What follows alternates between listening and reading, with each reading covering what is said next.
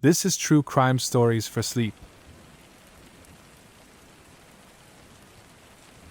On a cold February morning in 1993, Liverpool awoke to a world that would soon be gripped by shock and horror. James Bulger, a 2-year-old boy with wide eyes and an innocent smile, left the New Strand shopping center with his mother for what should have been a brief, mundane stroll. That simple outing would become the last normal day of his life. Within hours, James would be abducted, and the nation would be forced to confront a chilling reality. 2 10-year-old boys had orchestrated an unthinkable crime.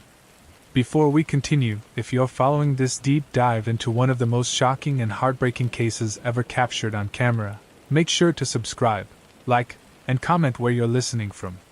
By sharing your thoughts, you help keep the memory of James alive and allow us to explore these real-life mysteries in the most detailed, documentary-driven way. Now, let's return to that February morning in Liverpool, when an ordinary city street became the scene of extraordinary tragedy. The abduction began in the crowded corridors of the shopping center. CCTV cameras, installed for security purposes, silently recorded the unfolding events. These cameras would later become the crucial evidence that allowed investigators to reconstruct the timeline of James' disappearance. On the grainy footage, James is seen tugging at his mother's hand, distracted by the toys and sounds of the busy arcade. 2 young boys, Robert Thompson and John Venables, quietly follow him, unnoticed by adults preoccupied with the weekend crowds. The children were described by those who saw them in the center as seemingly ordinary, nondescript in appearance, blending effortlessly into the bustling environment.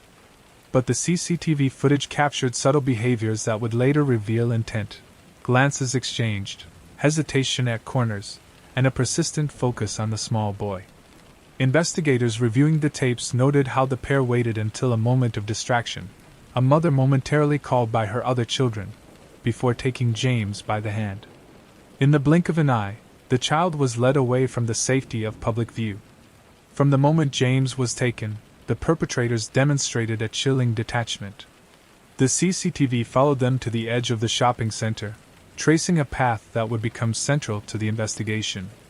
The video showed them taking turns leading James down streets and alleyways, pausing at corners to survey their surroundings, as though aware of the cameras yet undeterred by the possibility of being caught.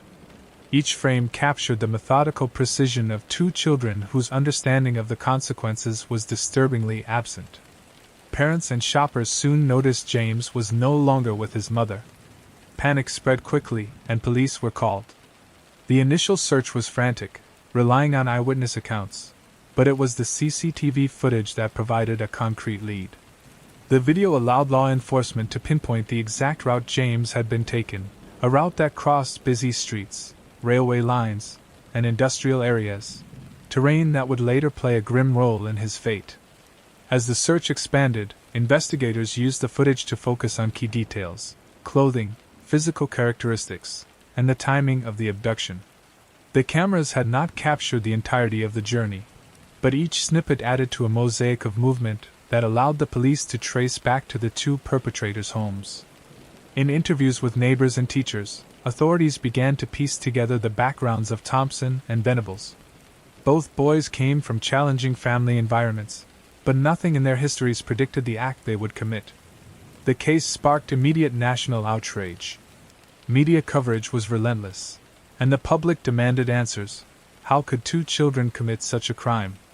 How was it possible for a toddler to be led away in broad daylight? The answer, investigators realized, lay not only in social analysis but in the unblinking eye of technology. CCTV footage, previously a passive observer of public life, became a vital witness. Each frame documented the abduction in meticulous detail, providing an irrefutable visual record that guided the police investigation. The footage also raised difficult questions about the role of surveillance in society. Without it, James' last hours might have remained shrouded in uncertainty. With it, investigators could confirm facts, eliminate speculation, and ultimately identify the culprits.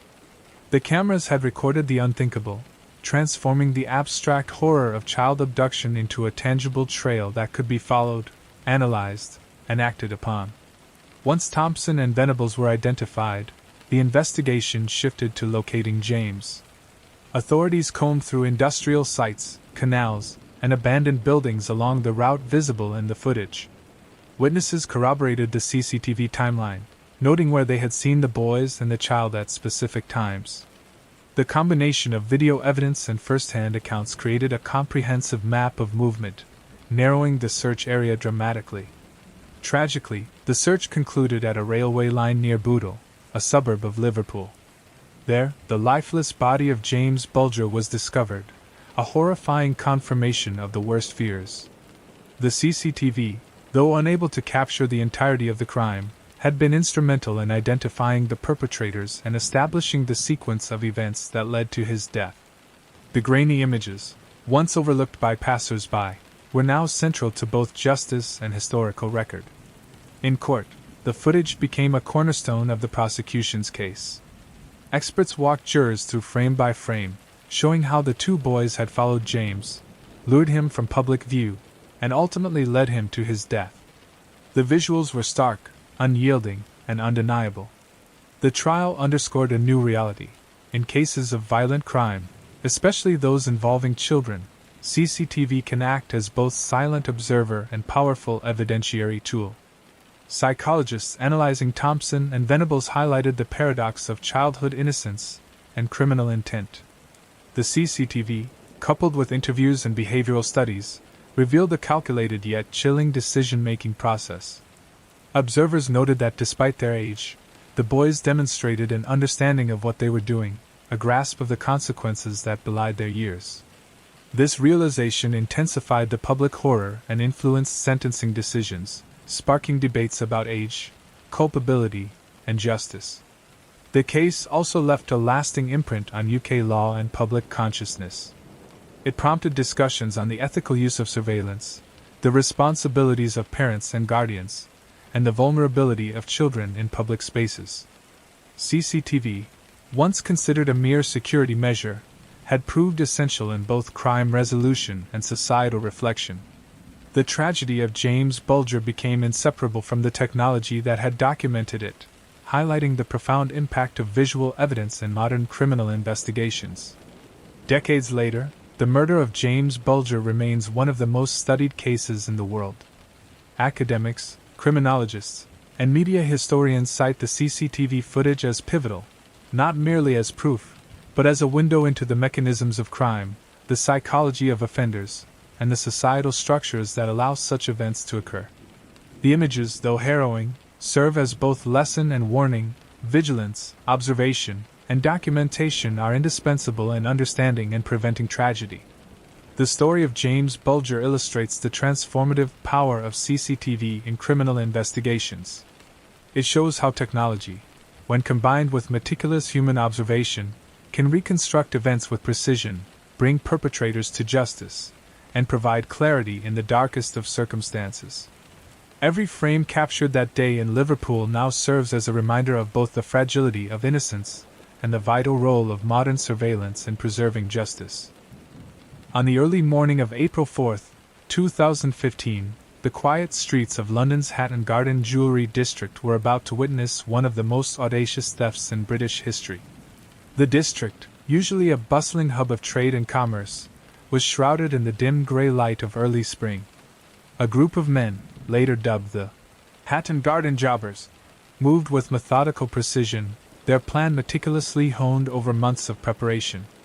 The target, the Hatton Garden Safe Deposit Company, a fortress of wealth, containing millions in cash, jewelry, and priceless heirlooms. The men, all elderly in their 60s and 70s, defied conventional notions of criminality. They were not reckless youths, but experienced thieves, many with decades of burglary and heist experience behind them.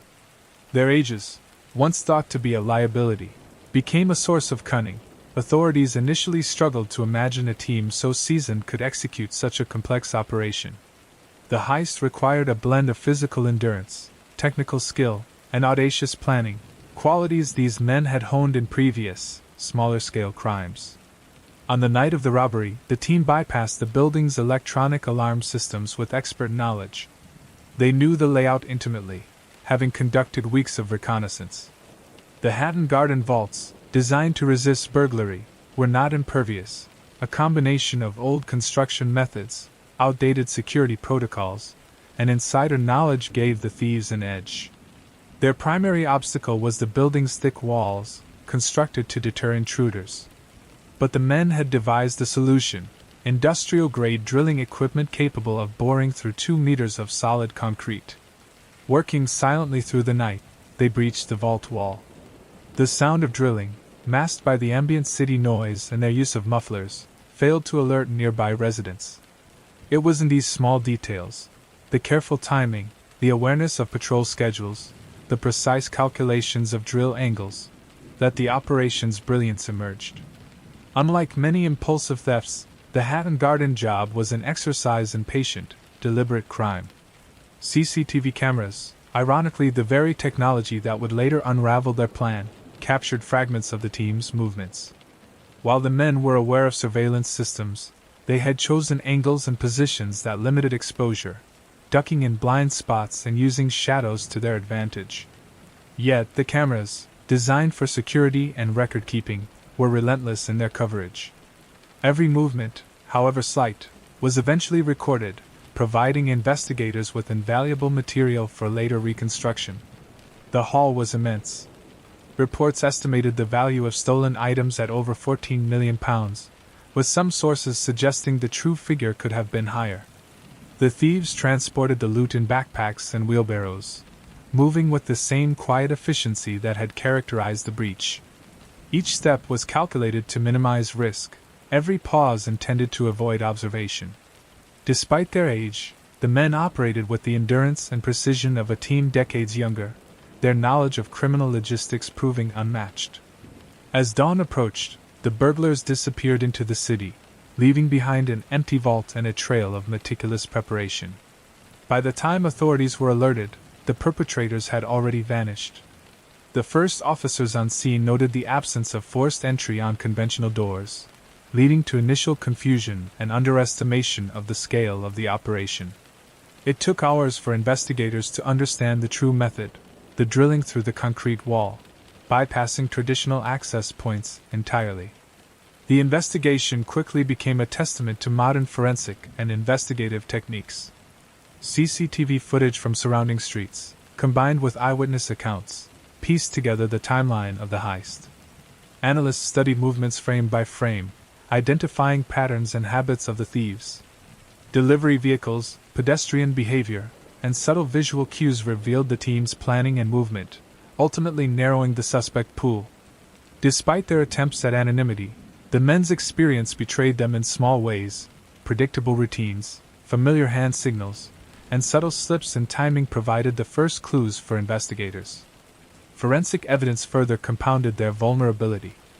Fingerprints left on tools, dust disturbed on the vault floor, and the precise way they handled heavy containers all contributed to a profile of the criminals.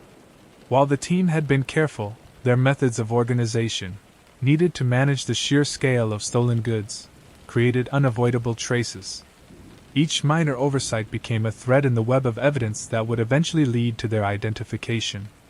In the days following the heist, public fascination reached a fever pitch.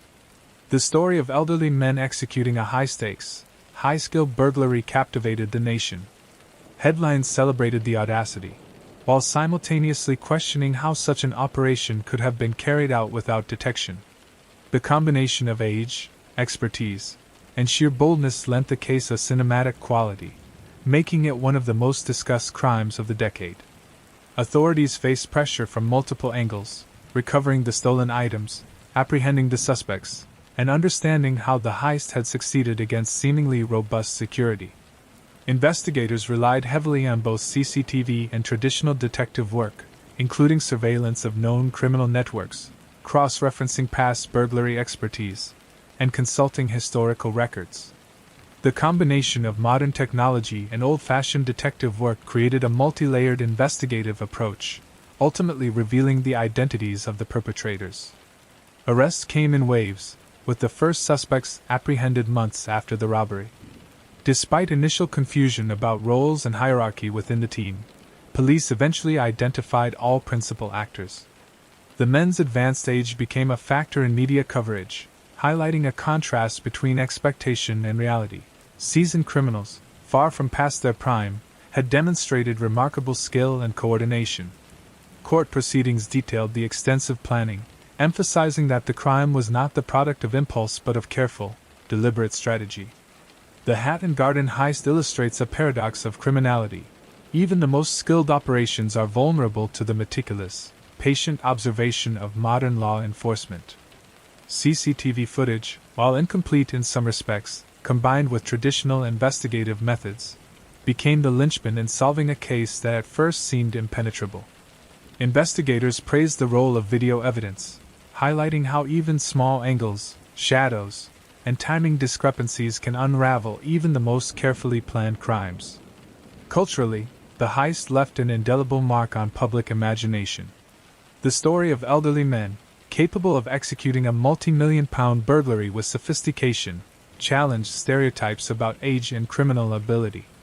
Documentaries, books, and dramatizations would later explore the event in depth, focusing not only on the crime itself but also on the meticulous preparation and human ingenuity involved. Yet, underlying the fascination remained a sober acknowledgement of the impact on victims and society. Losses that were real, measurable, and deeply felt. The investigation also prompted reflection on security protocols within financial and high-value storage facilities. CCTV, alarms, and structural barriers proved insufficient in isolation. The Hatton Garden heist demonstrated that human expertise and ingenuity could exploit even well-designed systems, underscoring the importance of continuous assessment and innovation in security planning.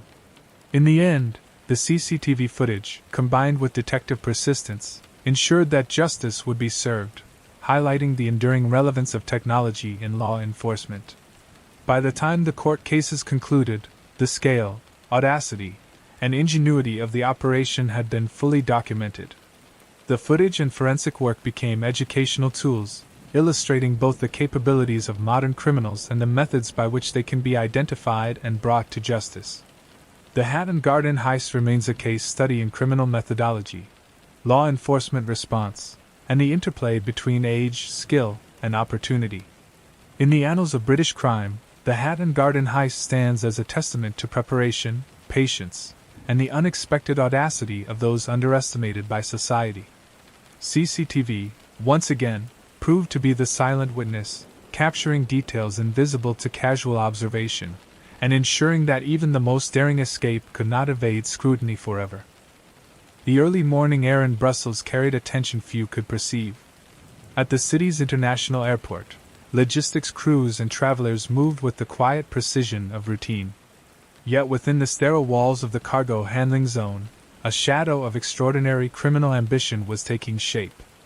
On February 18, 2013, a meticulously planned diamond heist would unfold, demonstrating both the audacity of modern thieves and the vulnerabilities of seemingly secure facilities. The target was clear: a shipment of diamonds worth millions of euros, en route to global markets, protected by armed couriers and the stringent protocols of airport security. The thieves, however, were armed with planning and insider knowledge rather than brute force. Surveillance footage from the airport later revealed that their movements were deliberate, coordinated, and executed with the precision of a military operation. What was initially assumed to be a routine shift would soon be revealed as a stage for one of the most audacious thefts in European history. In the weeks prior to the heist, the perpetrators had conducted careful reconnaissance. They studied the flow of cargo, the rotation of security personnel, and the placement of cameras. Their observations revealed gaps in monitoring, blind spots that could be exploited, and routines that, if timed perfectly, would allow them access without raising immediate alarms. This patience and attention to detail became central to their plan. On the day of the heist, the thieves arrived at the airport posing as legitimate employees. Their uniforms, badges, and the familiarity with cargo handling procedures enabled them to bypass the first layer of security unnoticed. CCTV footage captured their movements, though it would only later be fully analyzed to reveal the sophistication of their infiltration. Each step was measured: entry, approach to the cargo area, and positioning near the target shipment. The operation itself was executed with astonishing speed. Within minutes, the thieves intercepted the diamond shipment, transferring it to their transport vehicle. The security personnel, trained for sudden threats, were momentarily deceived by the professionalism of the intruders. Video evidence later showed that the thieves had carefully timed their operation to coincide with a shift change and the temporary absence of supervisory staff, a testament to their strategic planning. Investigators analyzing the CCTV noted subtle clues, glances exchanged between team members, coordinated hand signals, and a disciplined adherence to a prearranged route through the facility. These small but significant details allowed authorities to reconstruct the sequence of events in the hours following the theft. While the thieves intended to remain undetected, every movement was recorded, providing a roadmap that would prove essential in tracking them down. The theft shocked the aviation and security industries. Millions of euros in diamonds vanished in what seemed like an impossible window of time. The magnitude of the operation forced authorities to reconsider airport security, cargo verification protocols, and employee screening. Questions arose. How could a high-value shipment be compromised in such a controlled environment? The answer lay not only in the perpetrator's planning but also in the inevitable limitations of human oversight. CCTV footage played a pivotal role in the subsequent investigation. Analysts meticulously reviewed hours of video from multiple angles, noting the timestamps, patterns of movement, and entry points used by the thieves. The footage allowed investigators to identify points where security measures had failed, reconstruct the path of the stolen goods, and develop a timeline that would be crucial for apprehending the suspects. The grainy images of individuals moving with purpose through restricted zones became an essential tool in understanding the heist. While the thieves initially evaded capture, their plan contained inherent vulnerabilities. The use of vehicles for rapid transport, reliance on specific timings, and the coordination of multiple actors introduced potential points of failure. CCTV across the city and surrounding areas became instrumental in tracing their escape, identifying accomplices, and eventually recovering a portion of the stolen diamonds. Surveillance had not prevented the crime, but it ensured that the investigation could proceed with tangible leads. In the months that followed, law enforcement agencies in Belgium and neighboring countries worked tirelessly, coordinating intelligence and analyzing video evidence. The heist highlighted not only the audacity of criminal networks but also the critical importance of surveillance in urban environments. Every camera, every recorded movement, became a puzzle piece in the larger effort to apprehend the culprits. Experts reviewing the case later noted that the operation's success depended as much on psychology as on technical skill. The thieves understood the routines, predictable behaviors, and response times of security personnel. They exploited human factors, inattentiveness, assumption of protocol adherence, and reliance on automated systems.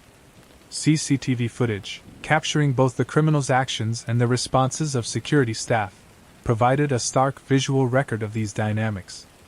The case also prompted reflection on how modern crimes exploit both technology and human behavior. While CCTV cameras could record, they could not intervene, leaving the responsibility for prevention in the hands of security teams. The heist became a case study in vulnerability assessment, highlighting the need for redundancy, cross-verification, and the constant updating of security protocols. In essence, the footage captured the lesson: even sophisticated security systems are only as strong as the human element that monitors them. Despite the initial success of the thieves, the investigation eventually led to arrests. Detailed analysis of video evidence, combined with forensic work and intelligence gathering, allowed authorities to connect the dots. Vehicles, facial recognition, and patterns of communication all played a role, demonstrating how comprehensive review of CCTV could unravel even the most meticulously planned criminal operation. Public fascination with the heist mirrored its audacity. News outlets replayed portions of the footage, showing shadowy figures moving with purpose through sterile airport corridors. Commentators marveled at the planning and precision, but also highlighted the failures in oversight that allowed the theft to occur. The story became a touchstone for discussions on security, surveillance, and the balance between efficiency and vigilance in high-value transport operations. In retrospect, the Brussels airport diamond heist exemplifies the interplay between human ingenuity and technology. The perpetrators demonstrated strategic brilliance, yet it was the omnipresent, unblinking eye of CCTV that ultimately allowed investigators to reconstruct events, identify suspects, and prevent similar crimes in the future. Each frame of video, initially a passive observer, became active evidence, a reminder that in modern criminal activity, even the smallest detail captured on camera can hold the key to justice. The theft remains a lesson in preparation, audacity, and consequence. While millions in diamonds were temporarily removed from circulation, the event highlighted the effectiveness of coordinated investigation, the critical role of video surveillance, and the enduring importance of methodical forensic analysis. Even in cases where criminals evade immediate capture, CCTV ensures that every movement leaves a trace, every decision is documented, and the pursuit of justice remains grounded in evidence. On a quiet spring morning in London, the air carried the promise of a routine day. For Jill Dando, a beloved television presenter and journalist, it began like any other, briefing colleagues, preparing for broadcast, and moving through the familiar streets of her neighborhood. Yet, in the span of minutes, the ordinary would give way to horror. Outside her Fulham home, an unknown assailant waited. At 11:32 a.m. on April 26, 1999, Jill Dando was fatally shot on the doorstep of her house, in broad daylight, a crime that would stun the nation and leave investigators scrambling for answers. The initial shock was compounded by the brutality and brazenness of the attack. CCTV footage from the surrounding streets became the most immediate and essential resource in reconstructing the crime. The cameras, scattered across residential corners and commercial intersections, captured the subtle, seemingly mundane movements preceding and following the murder. It was in these small details, the hurry passers-by, a momentary pause of a delivery vehicle, the shadow of a figure approaching, that detectives found the first clues. Investigators quickly pieced together a timeline. Footage showed Dando leaving her home, moving toward her car, and pausing briefly to retrieve something from her bag. Then, in a fraction of a second that would alter the course of countless lives, a gunshot rang out. CCTV captured fleeting moments, a figure retreating, a discarded object in the street, the momentary confusion of witnesses. These images, though grainy and fragmented, provided a skeletal framework for the police to reconstruct the crime. The murder was executed with chilling efficiency. Witnesses described seeing a man in dark clothing, his face obscured, fleeing immediately after the shot. Forensic analysis suggested the use of a silenced weapon, heightening the perception that this was a professional hit rather than a random act of violence. Investigators considered motives ranging from personal vendettas to organized crime, yet nothing conclusive emerged in the early hours. CCTV, however, offered the promise of clarity. Each frame recorded movements, each angle provided perspective, and collectively they formed a digital map of the event and its immediate aftermath. Authorities quickly examined Dando's professional life. As a prominent figure in British media, she had become a household name, known for her warmth, professionalism, and public presence. The investigation explored the possibility that her murder was connected to her work in journalism, perhaps a retaliation for a story, a threat, or a message. Yet, despite exhaustive review of her professional contacts and assignments, no obvious link emerged. The crime appeared senseless, calculated, and terrifyingly arbitrary. CCTV footage became even more critical as investigators expanded the search for suspects. The surrounding streets, local businesses, and even passing vehicles were scoured for anomalies. A delivery van captured near the scene, pedestrians moving unusually, and brief glances recorded at intersections all became potential leads. Analysts reviewed each sequence repeatedly, comparing movements, timing, and positioning, trying to identify patterns that could reveal the assailant's identity. In the weeks that followed, the case captured the attention of the entire United Kingdom. Public anxiety surged, fueled by news coverage, speculation, and the eerie knowledge that a violent crime had occurred in a well-known, heavily trafficked neighborhood. The role of CCTV in the investigation became widely discussed. While cameras had not prevented the murder, Their recordings allowed investigators to track movements, eliminate false leads, and maintain a coherent reconstruction of events that eyewitness accounts alone could not provide. The hunt for the killer spanned months. CCTV revealed minor but critical details: a delivery route used by the suspect, a momentary pause outside a shop, and the timing of traffic lights that allowed an escaped vehicle to move unnoticed. These details, seemingly insignificant at first, gradually coalesced into a clearer picture. The integration of video evidence with traditional police work, witness interviews, forensic analysis, and intelligence gathering demonstrated the indispensable role of surveillance in modern criminal investigations. One of the most compelling aspects of the case was the intersection of chance and meticulous observation. The attacker's movements were captured incidentally, through cameras meant for security and traffic management, not forensic investigation. Yet, in the hands of skilled analysts, these recordings revealed behavioral patterns and spatial relationships critical to the investigation. CCTV became more than a passive recorder. It was an active participant in piecing together a complex, chaotic event. Suspect identification proved challenging. Over the course of the investigation, numerous individuals were questioned, and several theories were explored, from professional hitmen to disgruntled acquaintances. CCTV allowed authorities to cross-reference sightings, establish alibis, and rule out false leads. Each frame, each sequence, was scrutinized to ensure that nothing, no movement, no vehicle, no anomaly, was overlooked. It became evident that solving the case would require a combination of modern technology and traditional detective work. Forensic experts also relied heavily on video evidence to support their reconstructions. By analyzing body position, angles, and movements captured on CCTV, they could estimate the trajectory of the bullet, the probable location of the shooter, and the timing of key events.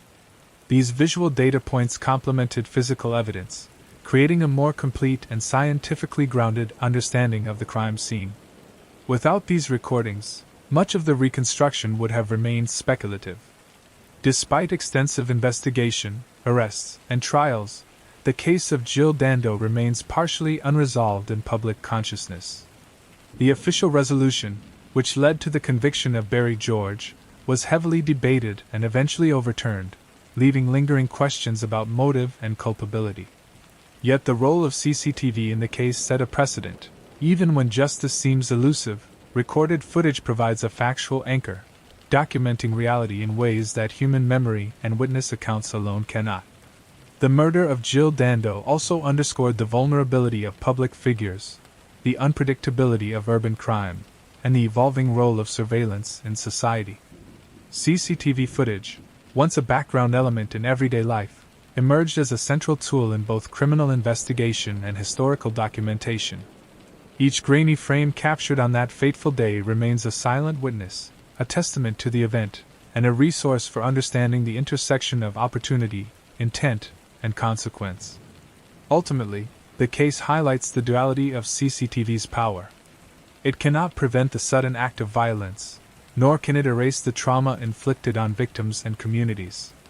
But it can provide clarity, preserve evidence, and allow investigators to reconstruct events with precision. In the murder of Jill Dando, the cameras told a story that human witnesses alone could not: the measured, deliberate moments leading to a sudden, tragic end.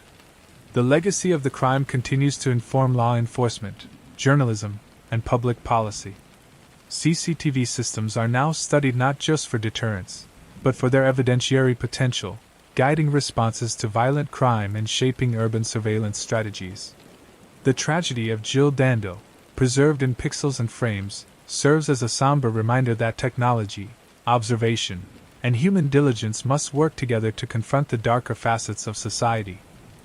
The morning of March 21, 2017, began like any other for the millions of New Yorkers relying on the subway system to navigate the sprawling city. Commuters filled platforms and train cars with their usual rhythm, the shuffle of footsteps, the occasional ringing of phones, and the hum of engines reverberating through tunnels. Yet, beneath this ordinary urban soundtrack, a sense of danger would abruptly pierce the everyday.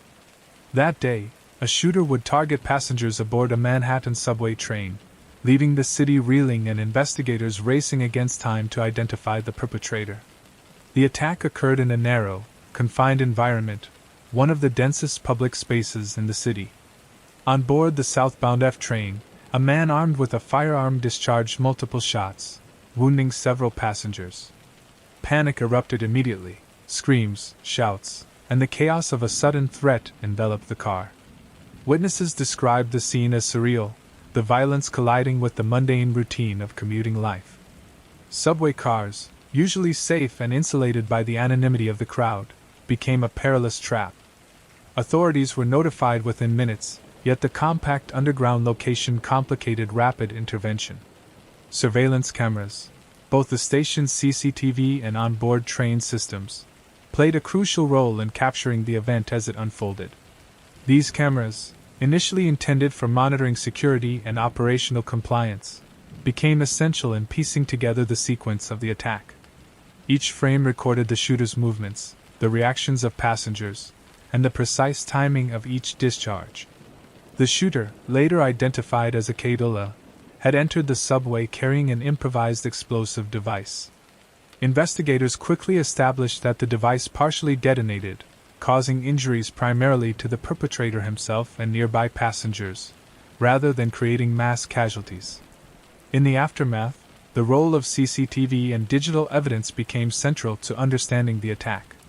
Footage allowed authorities to verify the number of explosions, the movement of the suspect, and the immediate response of bystanders and first responders. CCTV footage captured Ullah boarding the train at the 42 ND Street Port Authority station, his posture tense, the device strapped to his torso. Analysts noted the deliberate timing of his boarding, the selection of a crowded car, and the calculated approach to maximize disruption. While the device did not achieve its intended catastrophic impact, the evidence from cameras provided investigators with critical insights into premeditation and intent, framing the attack as an act of terrorism rather than random violence. Witness accounts corroborated what the cameras revealed. Passengers reacted with rapid adaptability, some shielding themselves while others rushed toward exits. The panic was intensified by the confined subway environment, where escape routes were limited, and the presence of sharp edges, poles, and narrow seating added to the chaos. Each individual's movement, captured in footage, provided investigators with a detailed record of human behavior under stress, illustrating both courage and instinctive self-preservation.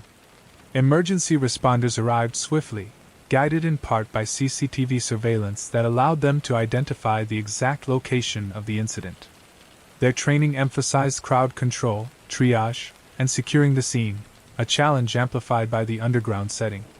The footage allowed for post-event analysis, giving authorities a visual record of response times, the flow of injured passengers, and the overall management of the crisis. The cameras, often overlooked in routine transit operations, became silent witnesses of heroism and procedural execution. Digital evidence extended beyond visual footage.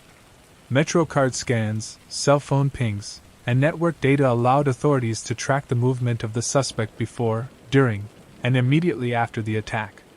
The integration of CCTV with these additional sources provided a comprehensive reconstruction, enabling law enforcement to establish both motive and methodology. Analysts noted that Ullah's preparations had been deliberate, with reconnaissance conducted prior to the attack, highlighting the importance of interlinking technological evidence in urban investigations. Public reaction to the subway shooting was immediate and intense. News outlets replayed footage from the cameras, showing passengers' reactions, the confined chaos of the train, and the partial detonation.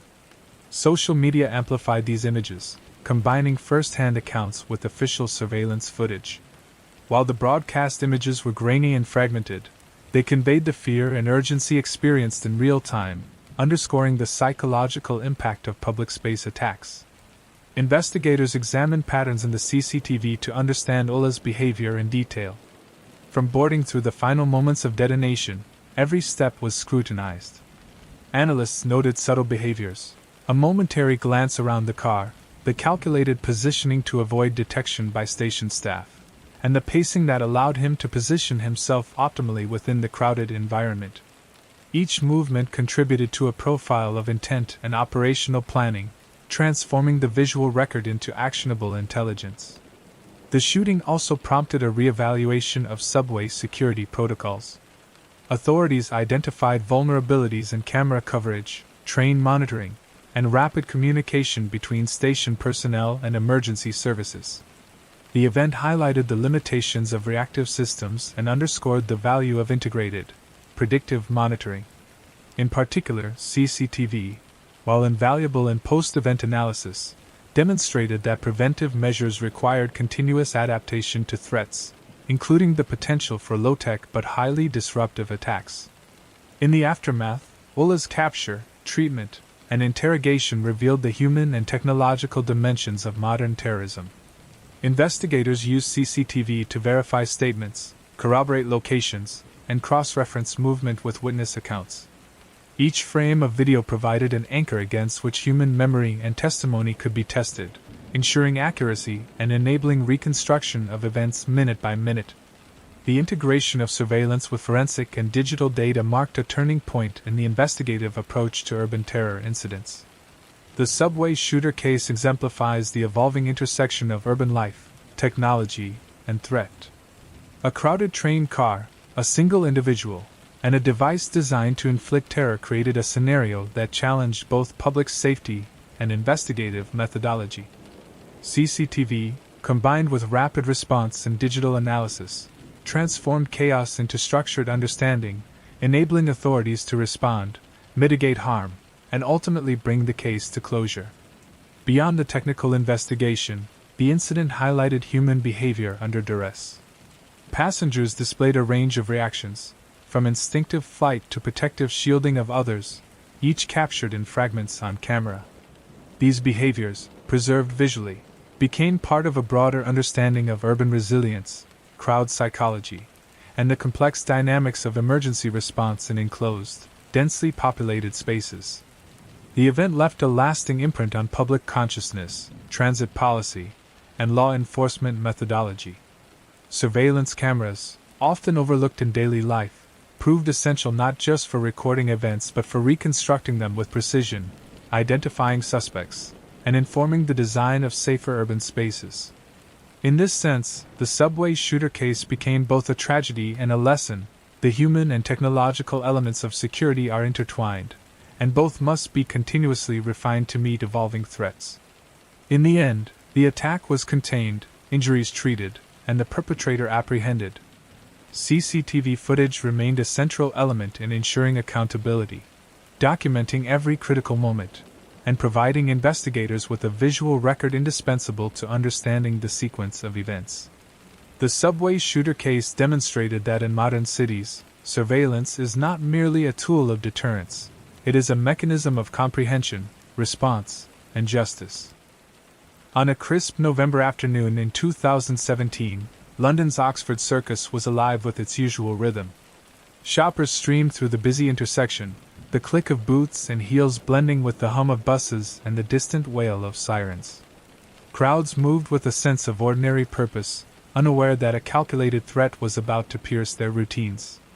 At approximately 4:40 p.m., chaos erupted when a man carrying knives began a frenzied attack, injuring multiple people and igniting one of the city's most alarming terror scares in recent years. The scene was instantly chaotic. Commuters and pedestrians fled in every direction, while nearby staff and emergency responders rushed to secure the area. The attacker, later identified as a lone assailant, had entered the intersection from a side street, blending momentarily with the crowd before drawing his weapons. CCTV footage captured the moments leading up to the attack, providing investigators with critical insight into both the perpetrator's approach and the initial reactions of the public. These recordings would become a cornerstone in understanding the incident. As the attack unfolded, the attacker moved methodically, swinging knives at anyone within reach. The public's response was a mixture of instinctive flight and courageous intervention. Bystanders attempted to shield others, create barriers, and alert authorities. Emergency calls flooded in, detailing not only the injuries but the confusion that ensued in the tightly packed intersection. CCTV footage played a crucial role in later reconstructing the timeline, capturing the exact location of victims, the attacker's movements, and the path he took before being restrained by police. Authorities arrived swiftly, converging from multiple directions. The Metropolitan Police, trained for urban terror scenarios, coordinated containment, while paramedics attended to the injured. Footage from surveillance cameras provided real-time awareness, allowing officers to track the assailant's position, identify potential hazards, and direct the flow of civilians away from danger. These recordings were not only retrospective evidence but also functional tools in active crisis management. The investigation relied heavily on CCTV to piece together the sequence of events. Multiple angles from surrounding buildings and stores showed the attacker's entry point, his initial interactions with the crowd, and the moments of panic that rippled through pedestrians. Analysts were able to track his path, reconstructing how the attacker moved through the dense urban environment. Each frame highlighted critical details: the timing of his strikes, the positioning of victims, and the precise manner in which law enforcement intervened. Witness testimonies were compared with video evidence to clarify inconsistencies. In the case, many recalled events differently, misremembering sequences or overestimating distances. CCTV provided an objective record, allowing investigators to reconcile conflicting accounts and understand the dynamics of crowd movement, panic response, and law enforcement intervention. These analyses would inform not only the immediate investigation but also broader studies in urban safety and crisis management. The attacker's motive, while initially uncertain, was quickly linked to extremist ideology. Social media and digital footprints revealed prior statements, online activity, and associations that helped authorities contextualize the assault. Yet it was the CCTV footage that confirmed the planning, execution, and level of threat. By observing how the assailant navigated a crowded public space, investigators could assess his intent, the effectiveness of public safety measures, and the preparedness of first responders. The role of the public during the incident cannot be overstated. Several bystanders acted heroically, using umbrellas, shopping bags, and physical barriers to protect others. CCTV recordings captured these spontaneous acts of bravery, highlighting the human capacity for rapid, altruistic response in crisis. These actions, preserved on video, were later used to identify individuals who assisted, both to commend them and to reconstruct a full understanding of the unfolding events. After police subdued the attacker, investigators continued to analyze the CCTV extensively. Footage from nearby underground stations, storefronts, and traffic cameras created a panoramic view of the attack, showing the approach, engagement, and eventual restraint. Analysts used this material to map the assailant's movements, study his timing, and identify gaps in security coverage. These insights would be essential for preventing similar attacks in the future. Public reaction was immediate. News outlets broadcast snippets of surveillance footage, illustrating the chaos of Oxford Circus during the attack. Videos circulated widely online, generating discussion about both the threat of terrorism and the effectiveness of surveillance systems. Analysts noted that, while CCTV could not prevent the attack, it allowed for rapid identification, accountability, and detailed reconstruction, an invaluable resource for law enforcement, emergency services, and urban planners alike. The Oxford Circus incident demonstrated the interplay between preparedness, technology, and human resilience. CCTV footage, in particular, allowed investigators to quantify response times, analyze tactical decisions, and understand how an individual could exploit public spaces for terror. Each frame of video offered insight into behavior under stress, both of the assailant and the victims, revealing patterns that would inform future security protocols. In addition to operational lessons, the event highlighted psychological elements. The attacker moved with deliberate aggression, targeting individuals in close proximity, while bystanders displayed instinctive protective behavior. CCTV provided a window into these micro-interactions, showing the split-second decisions that can determine injury or survival. For law enforcement, understanding these dynamics was critical for training, planning, and crisis simulation. The aftermath of the attack spurred changes in urban security policy. Authorities implemented new surveillance coverage, enhanced staff training, and improved coordination between emergency services. CCTV, already a fixture of London's cityscape, was further integrated into emergency response protocols. Analysts emphasize that while cameras cannot replace human judgment, they provide an irreplaceable record for both immediate decision-making and retrospective investigation. Ultimately, the Oxford Circus terror attempt underscored the importance of both technology and human initiative. The surveillance network captured the full arc of the event, from approach to attack to restraint, enabling investigators to reconstruct every critical moment. The courage of bystanders, the rapid response of police, and the meticulous analysis of video evidence collectively ensured that the incident, while traumatic, could be understood, documented, and used to improve public safety in the years to follow. The case serves as a stark reminder of the vulnerabilities inherent in crowded urban environments and the critical role of technology in modern law enforcement. CCTV footage, in conjunction with other investigative tools, transforms chaos into actionable intelligence, providing clarity when memory and testimony are insufficient. In Oxford Circus, cameras bore silent witness to terror, courage, and resilience, capturing moments that would guide policy, practice, and understanding for the future. On a humid evening in Mumbai in 2014, the bustling streets hummed with activity. Crowds jostled along sidewalks, rickshaws navigated the traffic maze, and neon signs flickered over small shops. In this dense, chaotic urban environment, a group of thieves carried out a meticulously planned ATM robbery that would captivate law enforcement and the public alike. Unlike a spontaneous street theft, this operation had been rehearsed, with every movement designed to exploit timing, location, and human oversight. The target was a bank branch in one of Mumbai's crowded commercial districts, housing multiple ATMs accessible to the public. Surveillance cameras had been installed inside and outside the branch, a measure intended to deter crime and capture criminal activity. On the night of the robbery, these very cameras would provide investigators with critical evidence, documenting the unfolding crime in striking, frame-by-frame detail. The robbers arrived in a nondescript van, blending into the steady flow of traffic.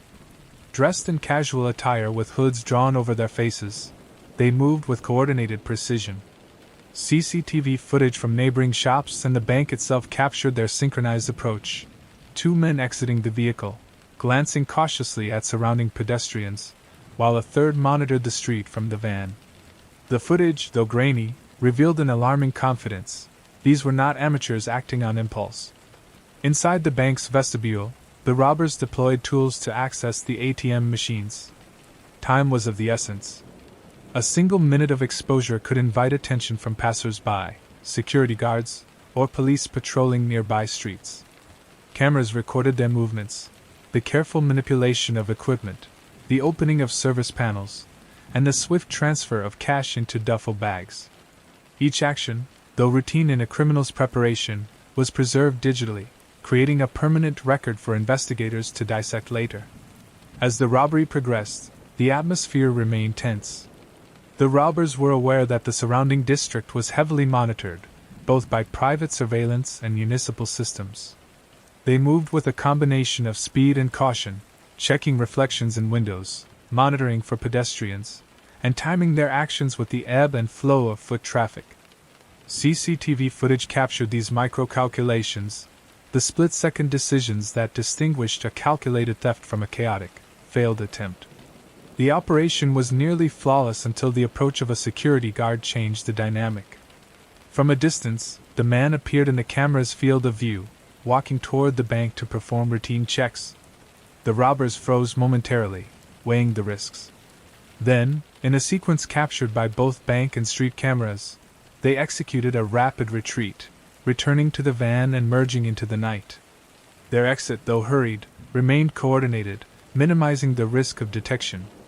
Within hours, investigators began reviewing the CCTV footage.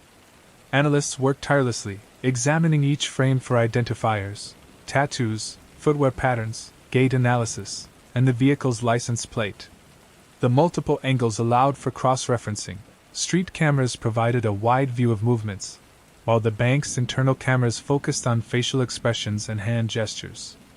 Even minor details, such as the time the van paused at intersections or the moment a robber glanced over his shoulder, became critical pieces of the puzzle.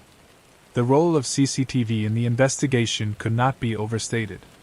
Footage revealed not only the identity of the suspects but also their methodology, how they entered and exited, the sequence of accessing the ATMs, and the tools employed. This level of detail enabled law enforcement to reconstruct the robbery with precision, a necessary step in apprehending the perpetrators and understanding the scope of the operation. Public reaction to the robbery was immediate. Reports flooded local news outlets, accompanied by still frames from the cameras. Residents and business owners examined the images, providing tips and recognizing unusual behavior that might have gone unnoticed otherwise. In a city as densely populated as Mumbai, the combination of eyewitness accounts and CCTV recordings created a powerful synergy, amplifying the investigative reach of local authorities. The robbers' planning suggested prior knowledge of the area, the security systems, and the timing of patrols. Analysts concluded that they had likely surveyed the location multiple times, noting blind spots, camera angles, and human patterns. CCTV footage, ironically, had been used both in planning and, ultimately, in solving the crime.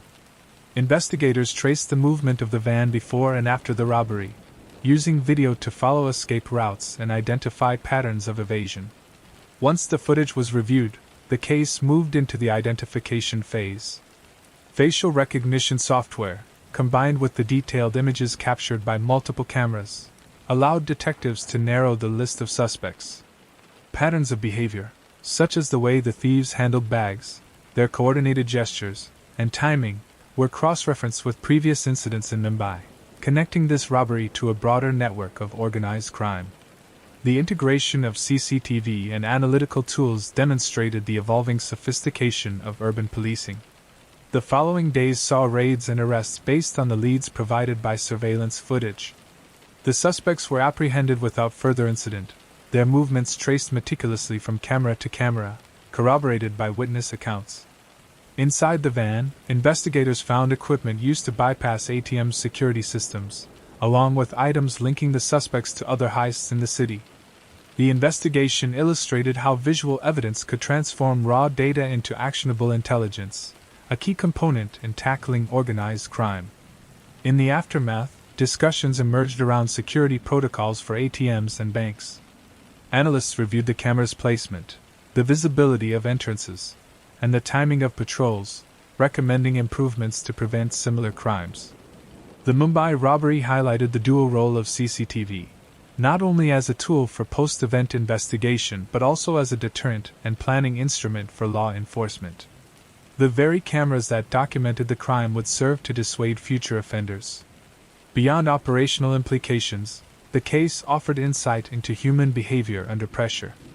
CCTV footage captured subtle interactions: a passerby who noticed unusual activity but hesitated to intervene, a security guard who responded quickly upon realization, and the thieves' own reactions to unexpected stimuli.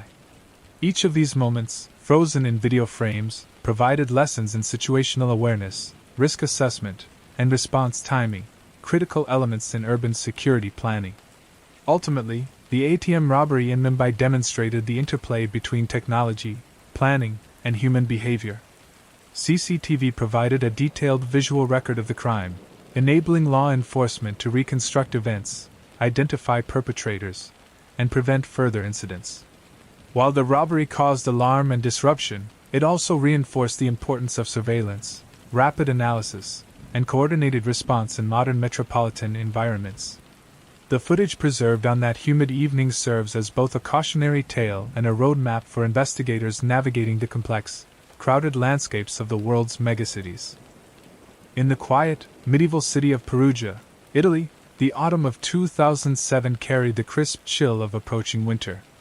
The city's narrow cobblestone streets wound through ancient buildings, a place that seemed removed from the chaos of modern life. Yet, in this historic and seemingly tranquil setting, a brutal crime would unfold that captured the attention of the world and became a landmark case in forensic and media scrutiny. Meredith Kircher, a 21-year-old British student studying abroad, was found dead in her apartment, a crime that would ignite an international investigation, reveal failures and biases in the justice system, and expose the world to the dark intersection of violence, celebrity, and media frenzy. Meredith had moved to Perugia to immerse herself in Italian culture and language, sharing an apartment with other students.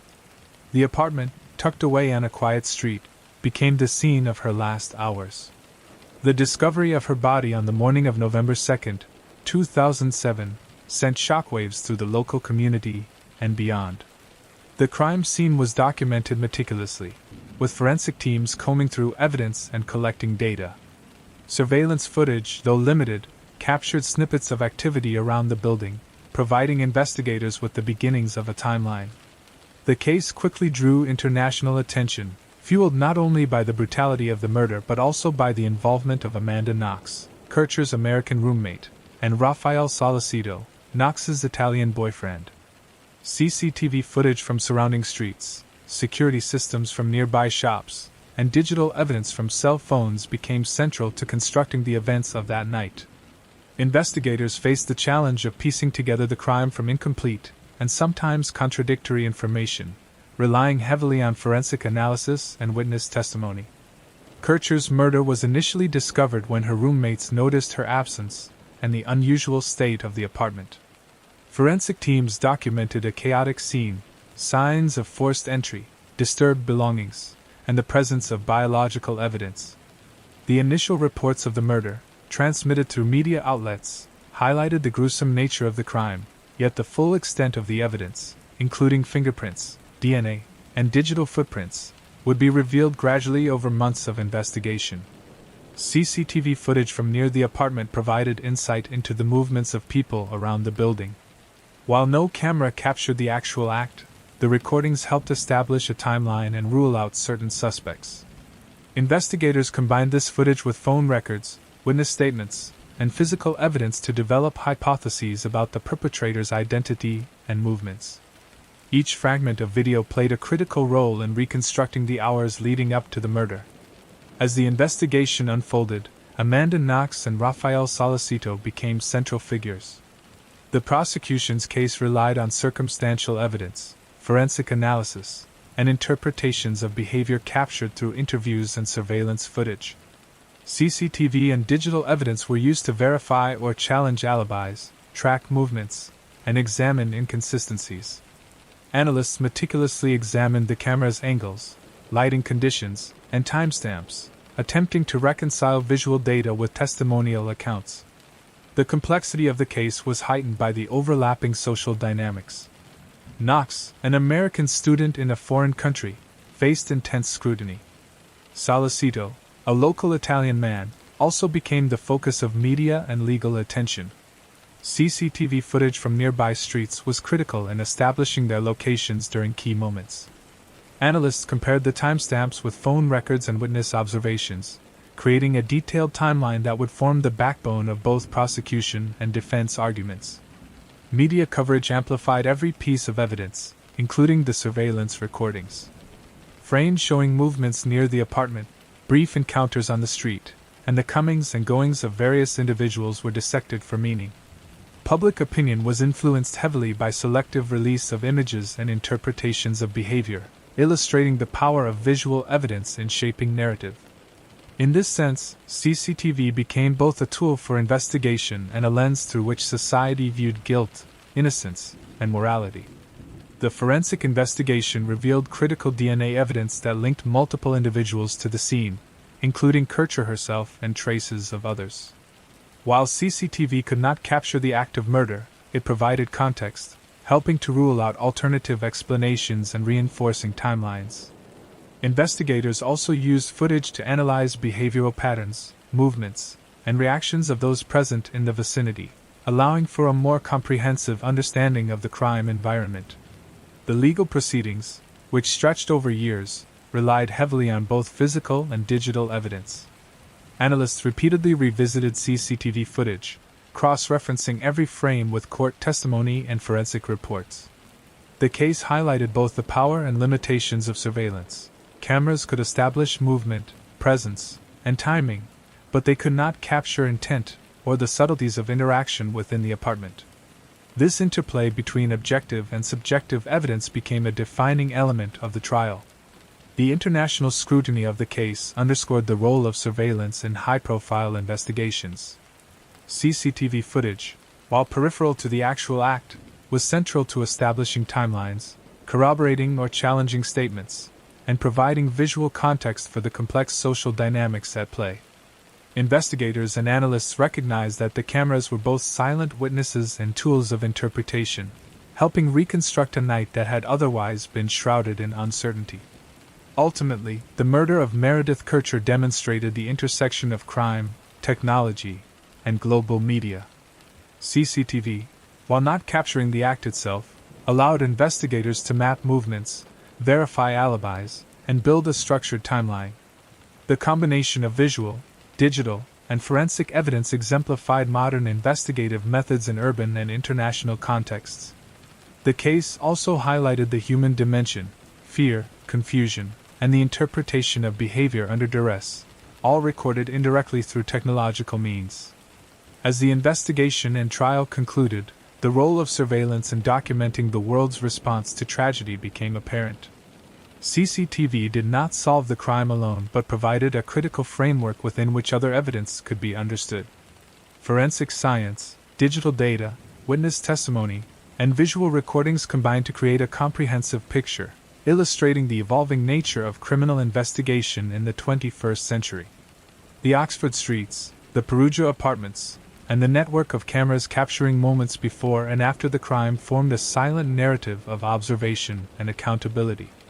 They served as reminders that in an increasingly surveilled world, every movement, every step, and every interaction may be recorded and later analyzed, shaping justice and societal understanding alike.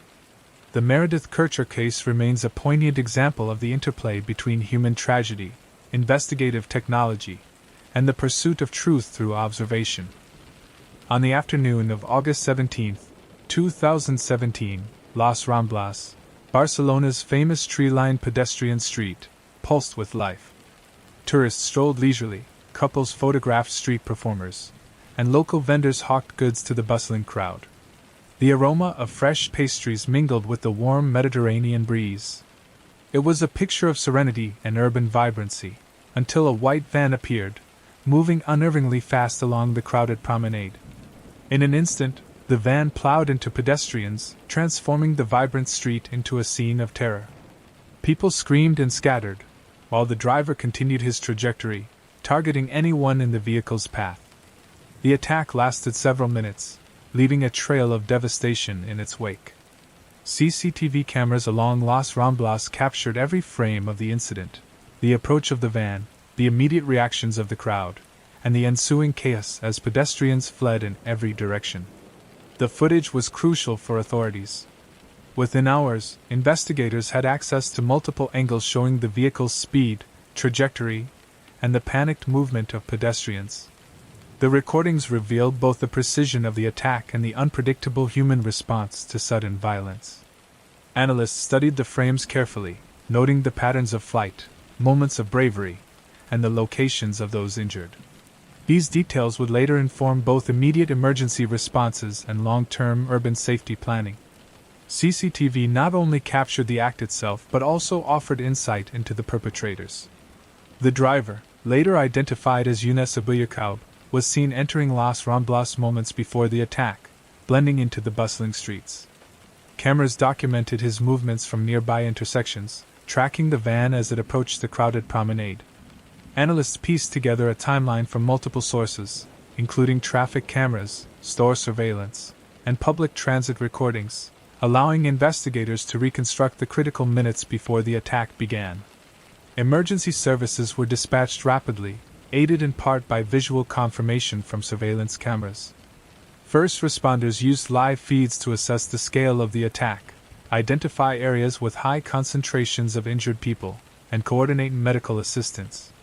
Police officers arriving on scene relied on both eyewitness accounts and the preliminary analysis of video footage to secure the area and pursue the attackers. The integration of technology and human response was immediate, exemplifying modern approaches to urban terror incidents. As the investigation progressed, authorities realized that the attack was part of a larger network. CCTV helped map the movements of other individuals connected to the plot, including those who had rented vehicles, surveilled the area beforehand, or transported materials used in the attack.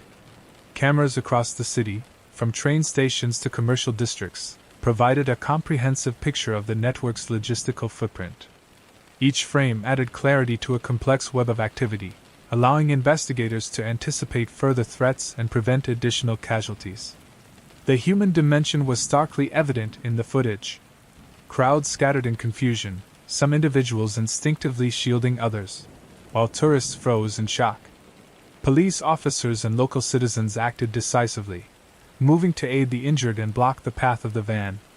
Analysts studied these reactions, noting patterns of behavior under extreme stress, the influence of environmental factors like narrow streets and obstacles, and the ways in which panic spread through dense urban populations. CCTV, in this context, was both a record of violence and a study of resilience. The van eventually stopped after the driver lost control, fleeing the scene on foot. Street cameras captured his escape, allowing investigators to trace his route through the city.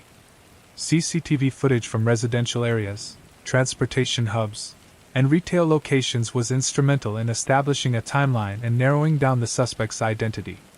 Analysts combined these visual records with digital evidence, including mobile phone data and license plate recognition, to track movements leading up to and following the attack. In the days following the incident, authorities reviewed every frame of video in painstaking detail. Analysts cataloged movements, confirmed witness statements, and identified potential accomplices. The integration of multiple camera sources created a mosaic of activity, revealing details that might have been overlooked in the chaos. The approach of bystanders who attempted to intervene, the precise moments of impact on pedestrians, and the van's repeated attempts to maneuver through the crowded thoroughfare. CCTV also played a role in public awareness. Footage, selectively released to media outlets, allowed citizens to understand the scope of the attack and identify potential witnesses. By examining recordings, investigators could appeal for information about specific moments, faces, or actions that were otherwise lost in the fog of panic. The visual evidence created a shared narrative, bridging the gap between fragmented eyewitness accounts and objective documentation. The attack highlighted the importance of preparedness and rapid analysis in urban settings. Authorities relied on a combination of live CCTV feeds and post-event footage to assess vulnerabilities, improve emergency response protocols, and refine citywide surveillance strategies. Lessons learned from the attack were applied immediately: new camera placements, enhanced coordination between police and medical services, and refined methods for analyzing crowd dynamics during emergencies. Ultimately, the Barcelona terror attack demonstrated the dual role of CCTV, as both a tool for investigation and a mechanism for public safety. Video footage allowed authorities to reconstruct events with precision, identify perpetrators, and prevent subsequent attacks. Beyond its investigative utility, the recordings captured human behavior under extreme stress, the courage, confusion, and resilience that emerge in moments of crisis. In the wake of the attack, Las Ramblas slowly returned to normalcy. Tourists returned, markets reopened, and street performers once again filled the promenade with music and laughter. Yet the events of August 17, 2017, remained indelibly etched in the city's memory. CCTV had preserved every detail, providing investigators, historians, and the public with a visual archive of tragedy, heroism, and the stark reality of modern urban vulnerability. The images, while harrowing, would serve as both a cautionary record and a guide for shaping safer, more resilient cities in the years to come. On the chilly morning of January 20, 2019, Hatfield train station, a suburban hub just north of London, was bustling with commuters. The station's platforms echoed with the rhythmic clatter of trains, the murmur of conversation, and the intermittent hum of public announcements. People moved with habitual efficiency, checking phones, sipping coffee, and scanning timetables, unaware that a sudden act of violence would soon shatter the morning's routine. The attack occurred on Platform 1, one of the station's busiest areas. CCTV cameras, installed to ensure safety and monitor everyday activity, captured the moments leading up to the incident. From multiple angles, footage recorded the seemingly ordinary ebb and flow of the morning crowd, highlighting how quickly normality can shift into chaos. Witnesses later described the scene with words that conveyed disbelief and fear. A man, later identified as the assailant, approached his target, a fellow commuter, without warning. CCTV footage revealed the suspect's measured steps, his eyes focused on the victim, and the sudden escalation from ordinary interaction to violent attack.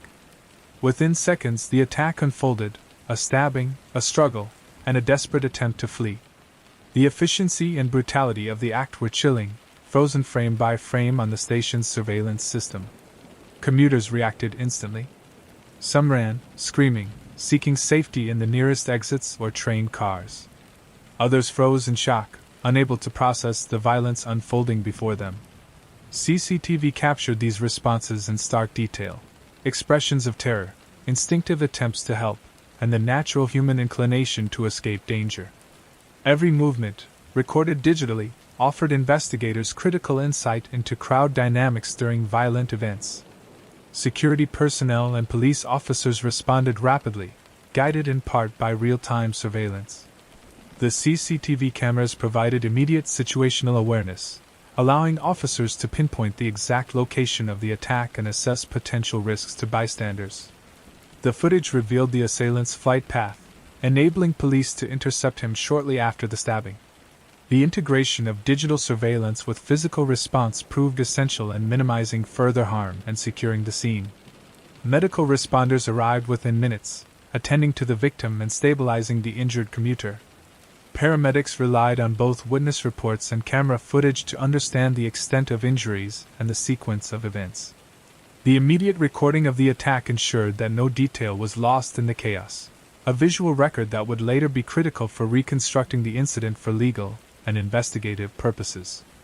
Following the initial response, investigators conducted a meticulous review of the CCTV recordings. The cameras, positioned strategically throughout the station, captured multiple perspectives: overhead views of the platform, entranceways, ticket barriers, and adjacent streets. Analysts cross-referenced these images with witness statements, creating a precise timeline of the attack from first approach to apprehension. Each frame contributed to understanding both the assailant's behavior and the reactions of those nearby. The footage provided more than just identification. Subtle cues, hand movements, glances, hesitation, and gait helped law enforcement build a psychological profile of the suspect. Behavioral analysts studied the recorded movements, noting patterns of predatory intent and impulsivity. In conjunction with other evidence, including forensic findings from the scene and eyewitness testimony, CCTV became a cornerstone of the investigation. Public response to the incident was intense. News outlets broadcast stills and segments from the surveillance cameras, showing the crowd's panic and the assailant's approach. The visual documentation allowed the public to understand the rapidity and severity of the attack, while also highlighting the importance of security infrastructure in urban transportation hubs. Community discussions emphasized not only the crime itself but the role of CCTV in preventing further escalation and aiding law enforcement.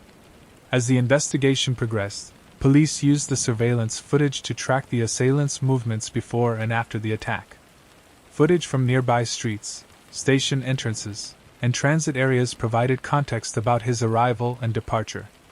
Analysts reconstructed his path, identifying potential accomplices, escape routes, and interactions that might have been missed by human observers alone.